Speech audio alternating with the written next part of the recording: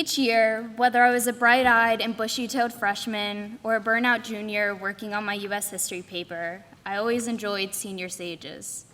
I looked forward to them even, always enamored by who would volunteer to speak in front of the entire school and divulge aspects of themselves I had never considered nor known, and the consequent advice that would follow.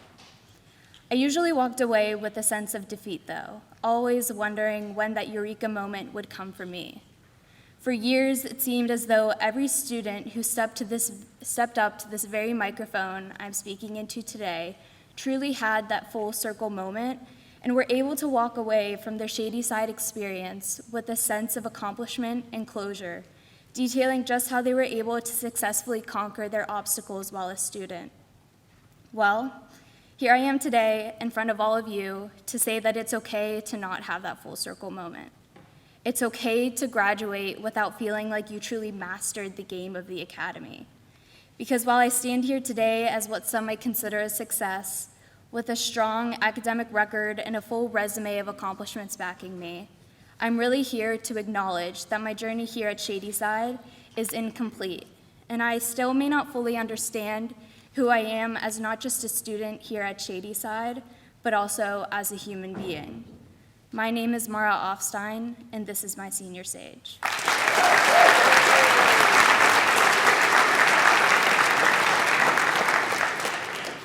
In my end-of-year comments, my freshman year advisor wrote, quote, Maura learned a number of things about herself, that she can be successful in areas in which she doubts herself, and that perfection is not the only road that one needs to take in order to reach a goal. Well, this statement would prove to be quite ironic soon after.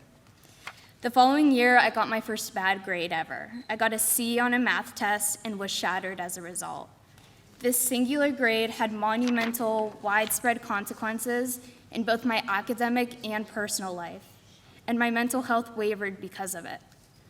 For about a year, a math test couldn't approach without me overstudying and second-guessing my grasp on the material. Sometimes I would even walk out of the classroom in the midst of a test, plagued with the fear of the possibility of failing. Albeit just one bad experience and a prolonged impact on my confidence as a student, I continued to attain good grades, and most would be none the wiser. When posed with the question, why care so much, I'd often answer with, well, it's gotten me this far. I wouldn't have the grades I have now without the incessant and strenuous studying habits. I describe the dichotomy of sorts that has manifested in my relationship with school. Yes, it was an all-consuming relationship, but it was also my superpower. I saw my perfectionism as a necessary tool for my academic success and would use my grades as direct evidence for my argument. Now, as I'm preparing to enter my next phase in life and graduate from the academy, I'm slightly removed and able to reflect on my time at Shady Side. Upon much introspection, I can objectively say that perfectionism is both unattainable and unsustainable. Hot take, I know. You're probably all sitting there like, duh, Maura, that's literally the definition of perfectionism. But this situation, which afflicted the majority of my high school experience, kind of reminds me of whenever I was first learning to drive at 16. Stay with me for this metaphor, I promise it'll make sense eventually. Driving on backcountry roads with few cars and even fewer traffic lights, my father told me to turn left at the next stop sign. Here's the thing, it was my first ever left turn and a car began to approach the intersection. I panicked and froze. Rather than turning, too scared to hit the other car, I continued straight, much to my father's discontent. Now, rather than confronting my fear and turning onto the perpendicular street, I was continuing forward, unknowing of the obstacles and dangers that may lie ahead. Much like my behavior throughout high school, I would much rather continue on this unknowing and likely dangerous path than do the necessary yet daunting work of turning left, or its more abstract meaning in this case, confronting my need to succeed head on and truly understand how my actions have thus far impacted my quality of life, both negatively and positively. This past year, throughout the college application process, I've started to uncover why my academic success was so integral to my identity as a human being. Because logically, I understand that a few decades from now, I will neither remember nor care what I got on that one English essay, or remember that figure that I accidentally miscalculated on that math exam. I realized that my need to succeed has stemmed from two major issues: intrinsic pride and validation. Throughout the majority of high school, when I would make a great accomplishment or hit a major milestone, I'd immediately run to tell family and friends. This initial sense of joy and pride that I'm sure you all know, whether you feel it after making that game-winning goal or hitting that one impossible note during the school musical, was fleeting and often left me with no choice but to look to the next challenge to overcome.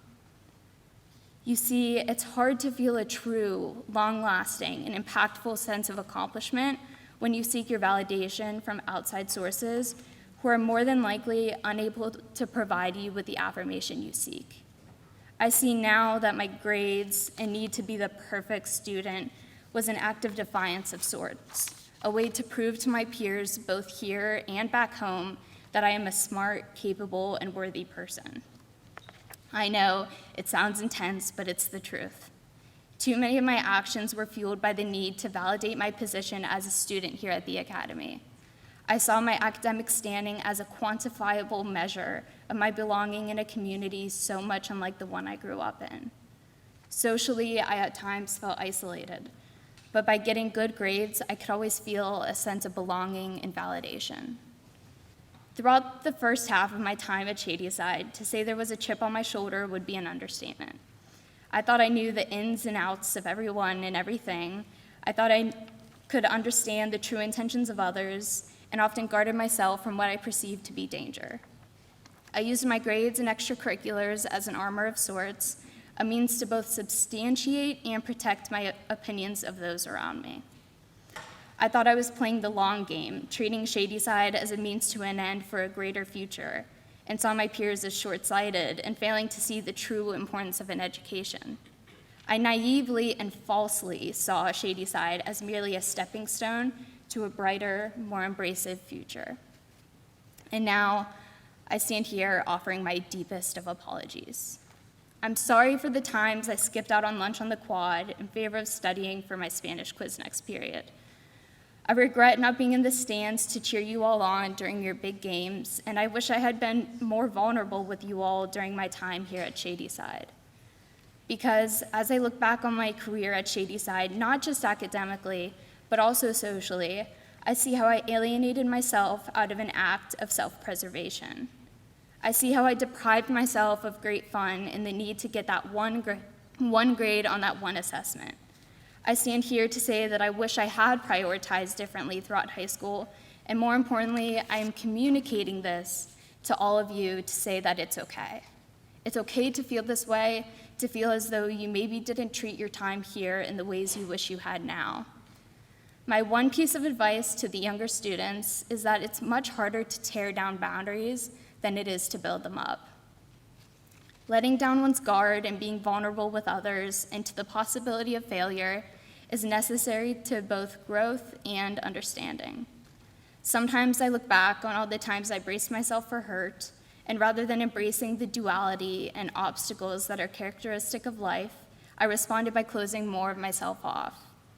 I wish I had known then what I know now, which is that even if you get hurt or embarrassed in the process, you are resilient, and you can't live life to its fullest while safeguarding yourself from everything and everyone around you.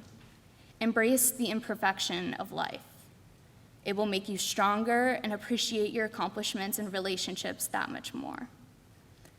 While I saw Shady Side as a challenge to overcome and a means to prove myself, I now stand here raising my white flag in surrenderance, expressing my regrets and wishes and could-haves and should-haves, because I want you all in the audience to realize that it really is okay to leave this place more uncertain of the world than you were when you entered.